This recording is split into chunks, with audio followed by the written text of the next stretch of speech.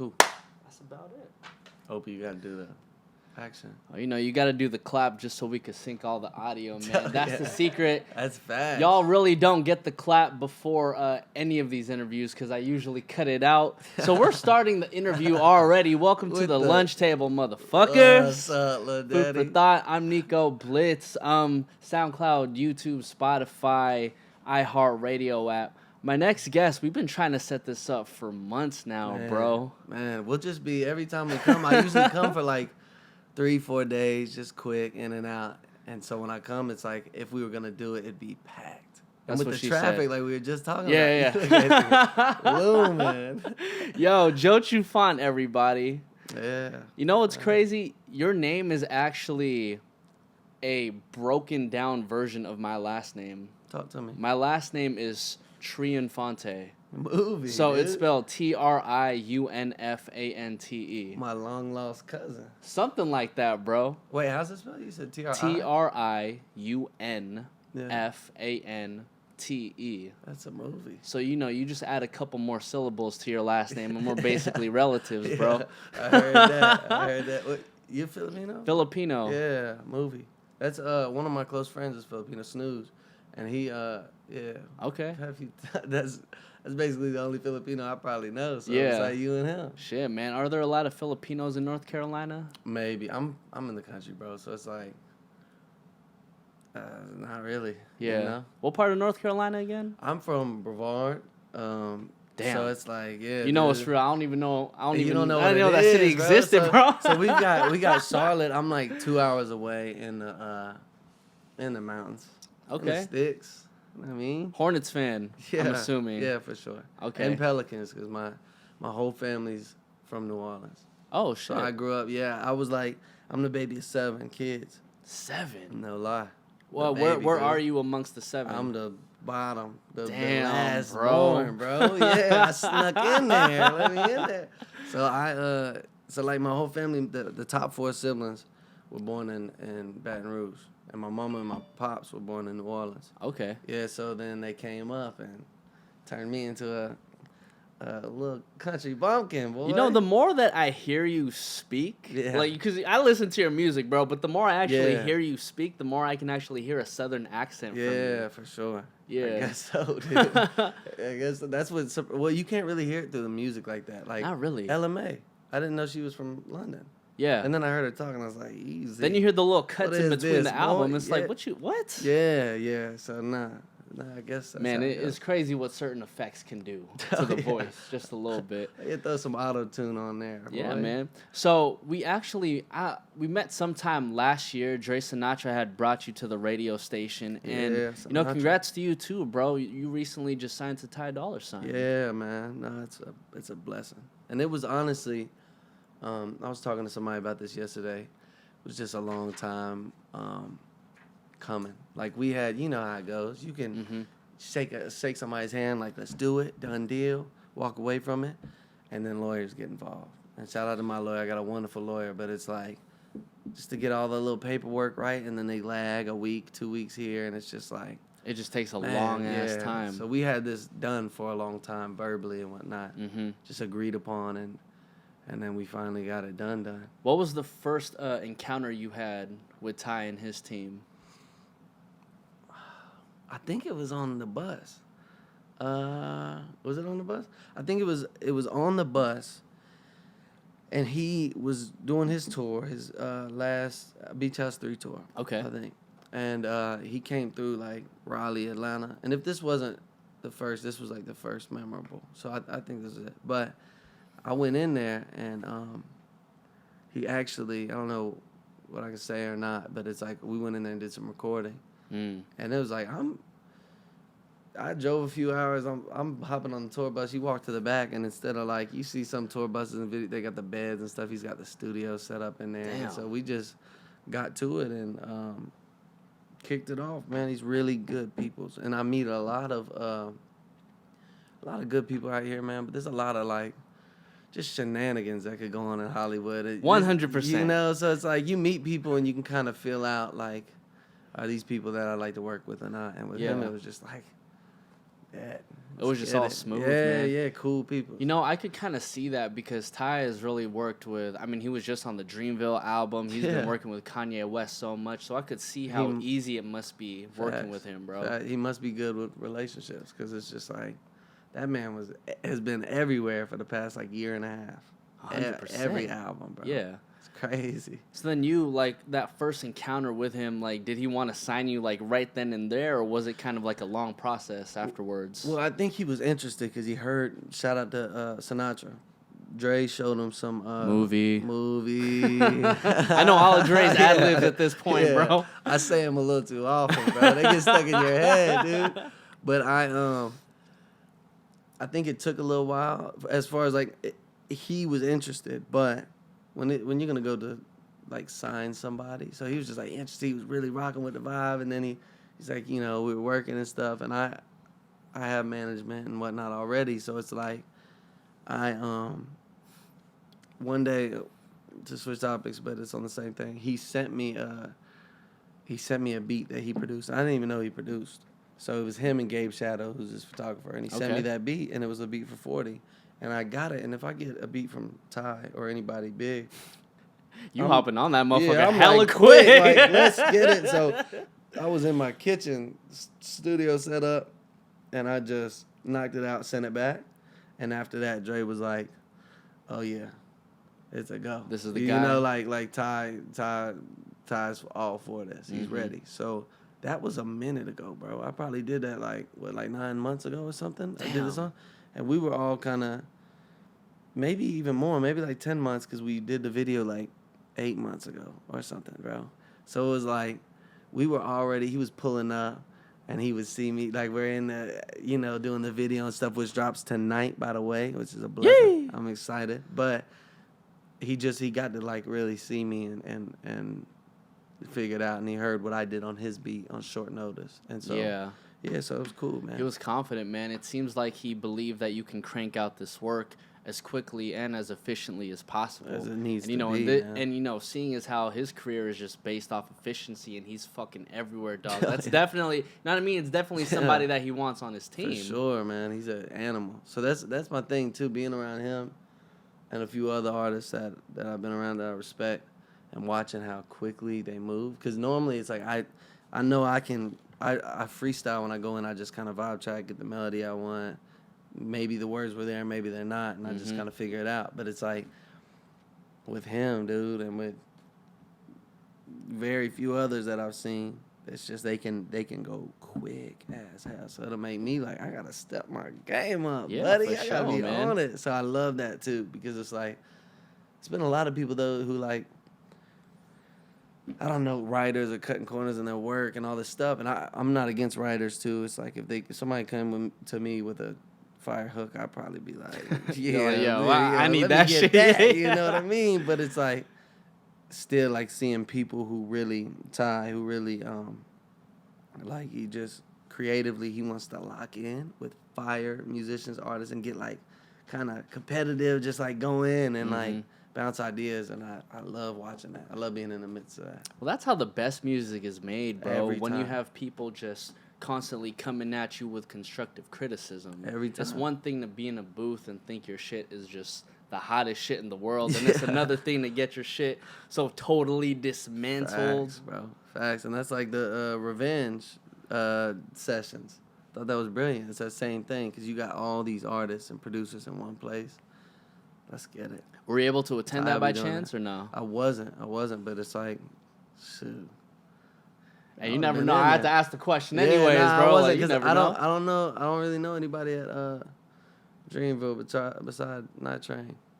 Shout out to the guy, but I don't. Well, because I think on the first track, right, it was definitely an ode to North Carolina. There was Cole on it, there was Loot on it, and also the baby. And I couldn't help but think, like, man, it would be dope if we had like a Joe Trufant hook in here, because there's no like solid hook in here. That'd be a movie, bro. Yeah, in time, bro. That's one thing. Like, when people ask, are there artists you want to work with, I usually don't have like an answer to where it's like, I don't really know, you know, whoever that thinks sound mesh, I don't really care like that.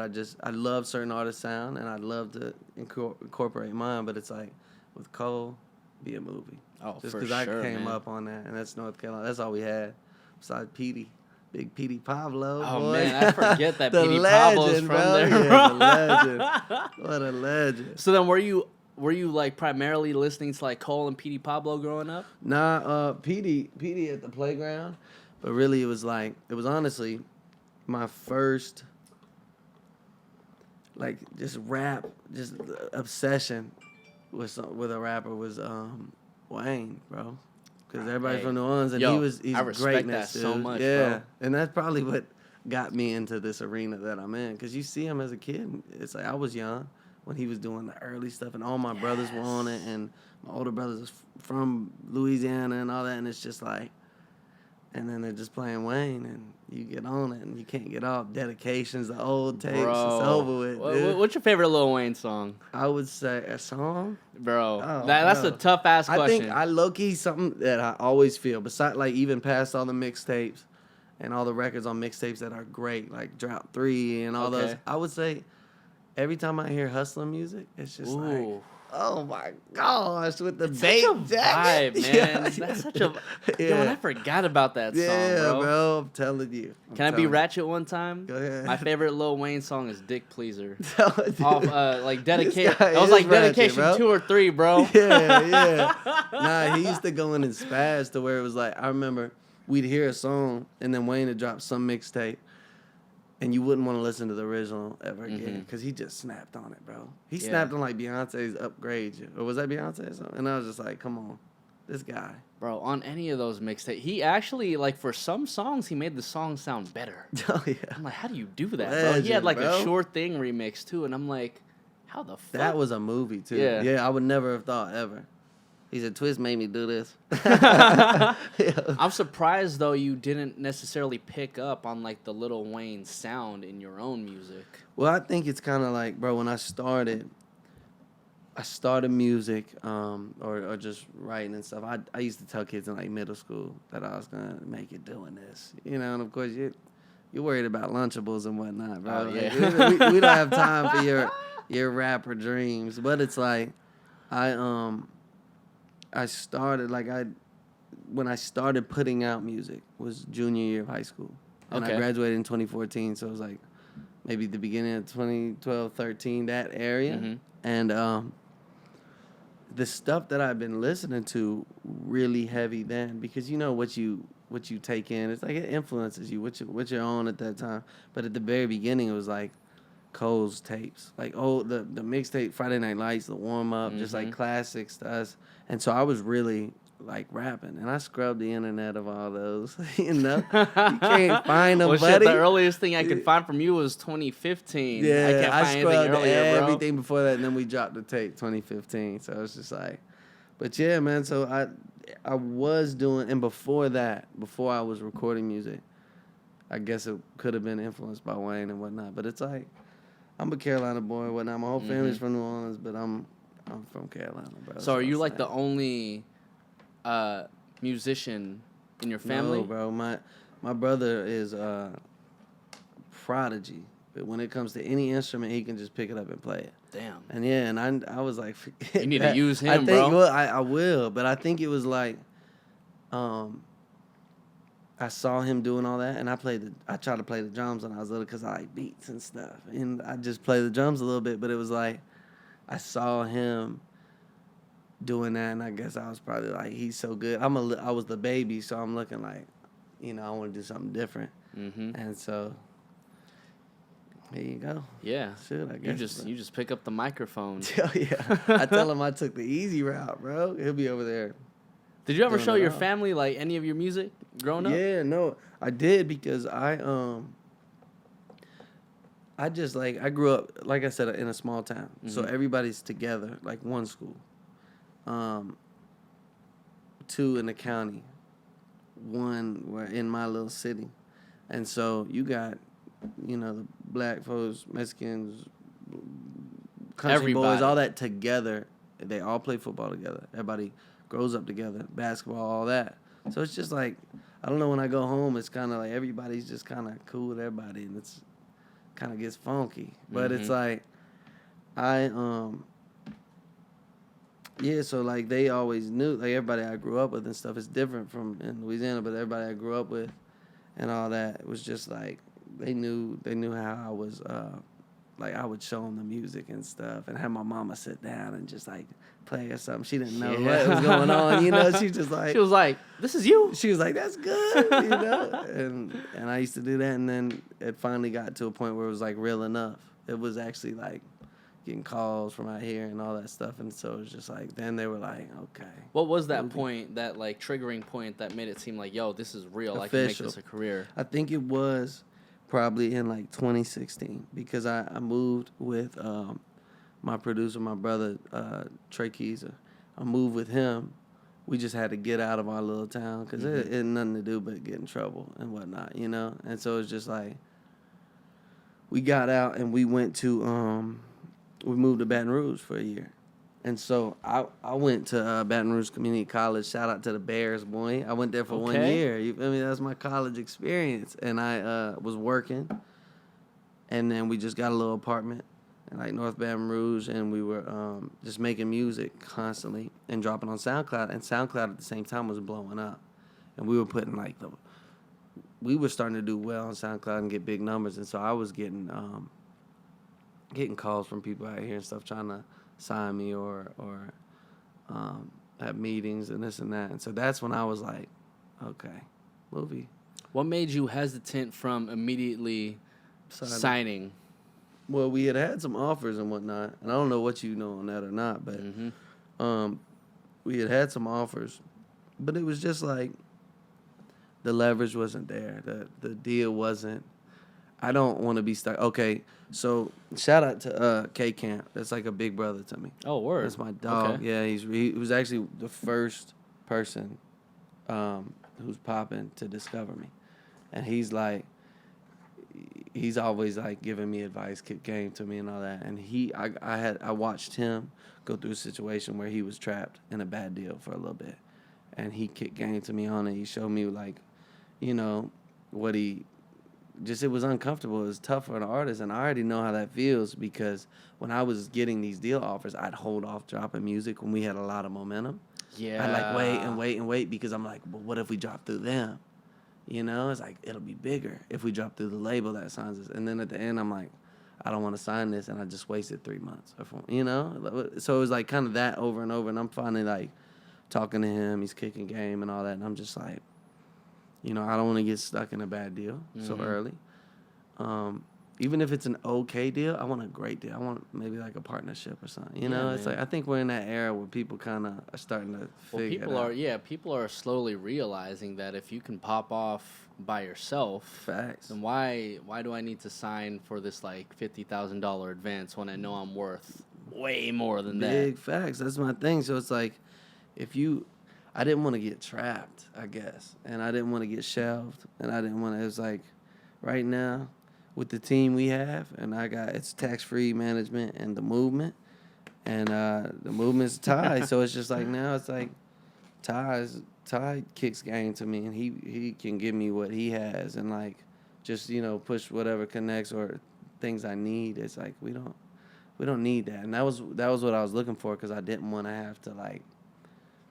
I didn't want to be in that position, man. So yeah, bro. Yeah. I mean, there's countless stories of people signing, and then you kind of just bro. Look in the history books, like whatever happened to so and so, and exactly. like 9 times out of 10, it's because they signed such a shitty deal, get shelved, and you never hear from them ever again. Exactly, bro. That's the thing. Is like you sign a bad deal, you take that milli up front or whatever, and then the label might have this for the budget set aside, and then this, and then taxes, and you leave with like, who knows, like $300K or something. It's like, come on, bro. In a sense, too, it kind of, based off what you're telling me, it also kind of delays the creative process. Yeah. Like if you have like a great idea right now, you could really just present it and be like, yo, like this is my shit. Yeah. But then when you're signed, it's like, yo, present it to the label. What do you think? And well, we can do this with it. We can do that with it. And I'm not gonna. I have a problem. Too, with I feel like a lot of people now there are great labels, great teams. I really like I know some people at labels and certain teams that I really like. Yeah. I appreciate, but and I trust them to like know what's good and what's popping and stuff. But what if you go with a label where it's like, you know, you bring something that you feel like is a hit or you know it, you know, and then the person above you's like, that ain't it. You know, it's just like I don't want to get stuck in that shenanigans. Not yet. Someday the money might be enough to put up with that. Not today, bro. Not right now, Not bro. now. Still on the rise. Yeah, that's a fact. So you've been doing countless performances since the last time I seen you, bro. Yeah. What's been the most memorable? Shoot, I think this last thing I just did, shout out to Snooge and No Hezzy Fest. We just did No Hezzy Fest. And for me, I've been doing a lot of performances and a lot of, like, Club Jones and all that. But it's like, I've been doing them, like, with my vocals in the background. Just because, I didn't really know like that. And then my team's like, hey, we got to do it the right way. Vocals not in the background. I'm like, hold on now, buddy. So I had to make sure, though, it's a big difference when I freestyle my records. So I had to remember, like, records from 2 years ago and remember what I said. And when I first did a rehearsal, I did a rehearsal. It was last week. I forgot, like, half of the my lyrics? words, bro. Damn, bro. And it was the next day, and I was like, and people on my team were like, bro, you might have to drop that record. You know, you might have to forget that it's a 30-minute set. Yeah. So it's just like, but it all worked out, and I remember. I did my studying, so that was probably the most memorable. That was fire. Because that's like, I feel like that's kind of branching to a new era. Like, I'm doing it without the vocals in the background. Oh, yeah, you know, man. I've seen performances where Britney Spears and Mariah Carey perform with the vocals in the back, and I'm just like, no. Why? Yeah. I want to hear your voice. Yeah, no. I don't care if it's fucked up just a little bit, bro. Like, I don't give a fuck. Yeah, just give me what you got right now. So I kind of realized that. I realized because I see it, and I know it with rappers, like real rappers. They come on and I'm not talking like turn up, like there's different rap, but I'm talking like lyrical, like lyricists. Mm-hmm. We don't want them rapping. We don't want the rap in the background. You know, for great singers, the reason they're there is they're such great singers, bro. Yeah. I want to hear that little run, dude. I want to hear the little real shit. Yeah, so man. It's like, I was like, dang, all right.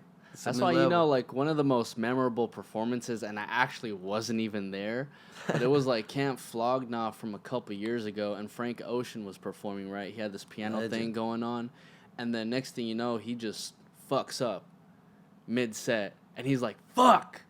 That's my bad, y'all.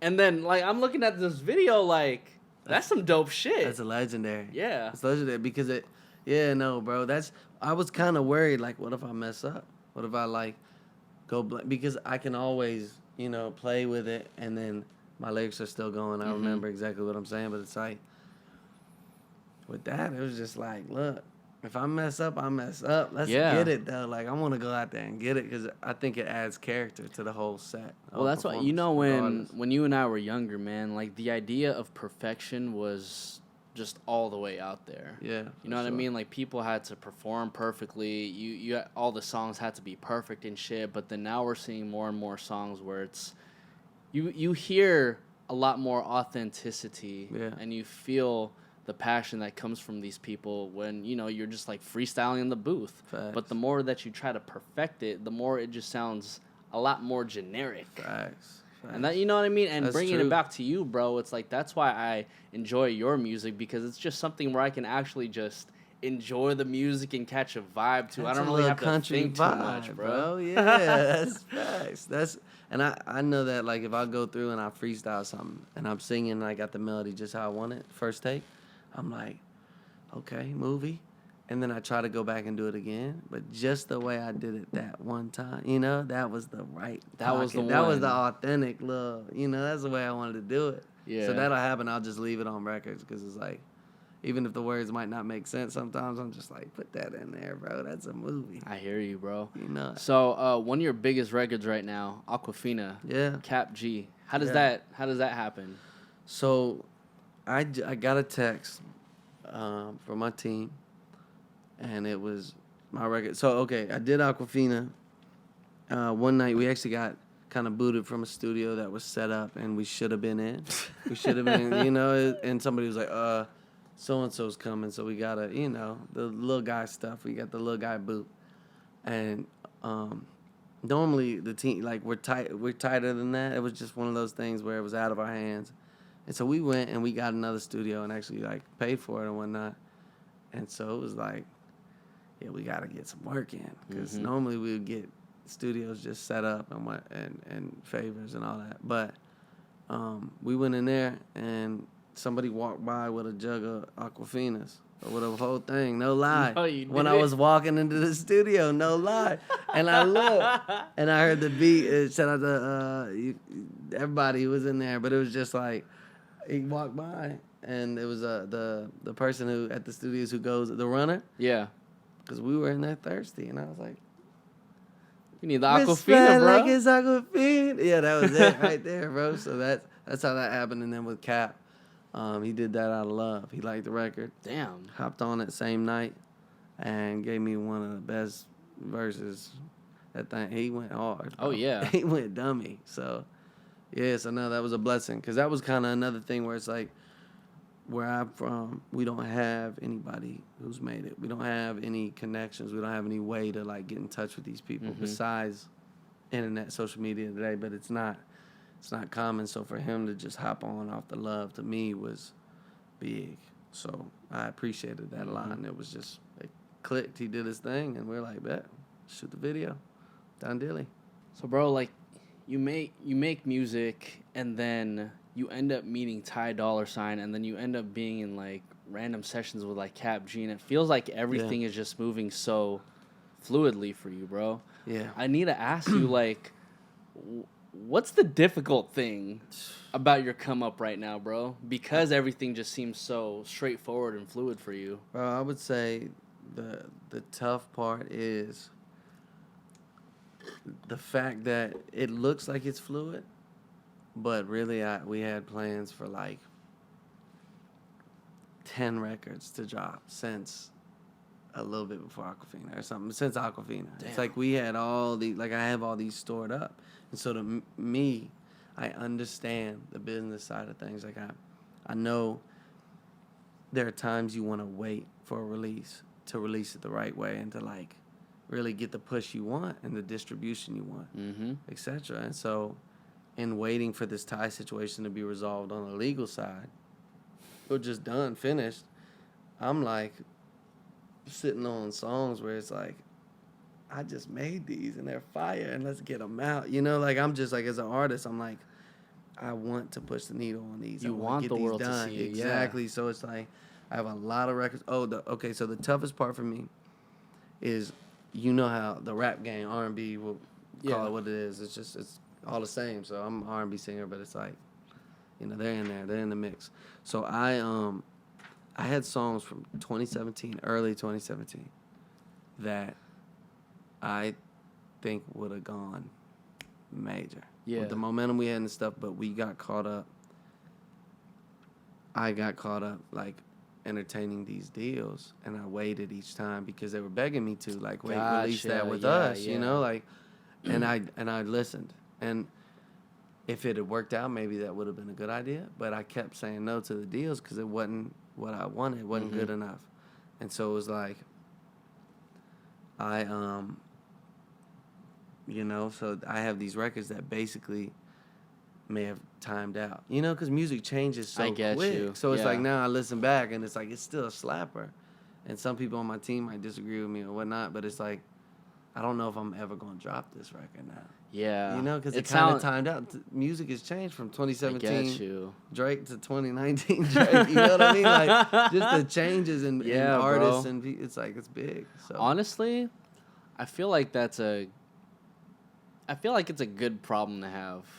In the sense of like, you know, your creative process is always forward thinking. Yeah. And the only true adversary you have is just the times and like the self battles that you have between like what you should be taking and what you should not be taking. For sure. I think it is like it could be worse. Could be a lot more problems going on. 100%, bro. I've seen motherfuckers like shit, we had this dude named Corn Streets on the lunch table just a while ago, and he was talking about, bro, like, every song that I've made for the past 5 years just got shattered because, you know, my fucking hard drive just crashed. I'm like, Bro. Oh, that sucks. Bro, but you know what I mean? That's stuff that's bro. out of your control. But in your situation, it's kind of like you have everything in control. You were just waiting for the best opportunity to come back to you. Yeah, no, and I feel him on that panic because 2 of my computers crashed within like 3 months, bro. But I got the stuff back. Okay. But I had to pay for it, and somebody could go in. But I was like, because I was thinking about all these records and stuff. I was sick, but it worked, bro. It worked. Yeah. Yeah, that's kind of wild. I'm reminiscing. I'm like, dang, dude. Man. That's why you need a backup to the backup, bro. That's a fact, bro. That's a fact. So you have the record out with Ty right now. Is that attached to an album? Well, I'll let you in. I'll let the lunch table folks in. I think what I'm about to do is probably release another single, maybe 2 if we're feeling real giving, and then I'm gonna drop a little EP real quick. So I'm trying to do this stuff soon because everything is together now. So I want to give 40 it's time. Love the record. Think it's gonna be a movie, but it's like at the same time we want to keep things moving. We got a lot of stuff to go. So I'm just excited to give this little catalog, this little full clip, well, Daddy, to all the people who have been waiting. It's go time, bro. Amen to that, bro. Yeah, facts. Amen to that, bro. Just feed them the snacks up until they get the soul. Sure, bro. For sure. Joe Trufant, where can everybody find you, bro? So you can find me on Instagram, Twitter at Joe Trufant. That's JoeTrufant, and you can find me on everywhere else with the same name. Same name, bro. Appreciate you, big fella. Appreciate you coming it's a through, good time. bro. Absolutely, man. And let me just note this: it's a Thursday afternoon at around 5 o'clock. So he did like hour traffic, bro. I wasn't ready for it, bro. I was sick. Country boy going through traffic. We don't know about LA traffic, man. This is the lunch table, food for thought. I'm Nico Blitz, Joe Trufant. Absolutely, we are out, everybody. Yay! Yes, sir.